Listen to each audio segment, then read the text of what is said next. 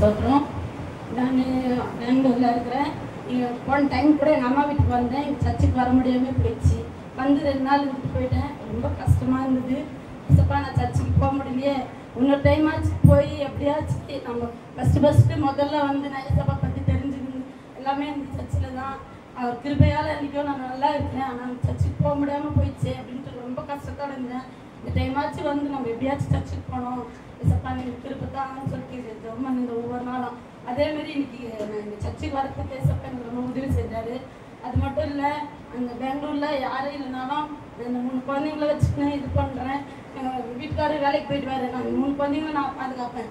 நான் பாதுகாக்கல ஏசப்பா தான். நான் எப்படி வளர்க்க போடணும், ஏசப்பா 3 குழந்தையும் எப்படி நீ அதுனே இருப்பா. அவங்க 2 பேரும் சட்டை போடுவாங்க அடிக்கடிக்கு. ஒவ்வொரு நாளும் நான் ஏசப்பா கிட்ட தான் ப்ரேயர் பண்ணுவேன். நைட்டில் இவங்களும் என் கூட சேர்ந்து குழந்தைங்களும் உட்காருவாங்க, ப்ரேயர் பண்ணுவோம்.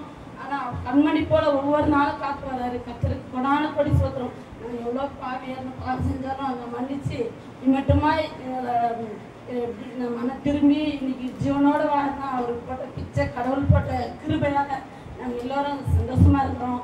இந்த வரத்துக்கு எனக்கு கிருபை செஞ்சது சாட்சியாக இந்த நிறுத்தத்துக்காக நான் கத்தருக்கு கொடான கொடி நன்றி சொல்கிறேன்.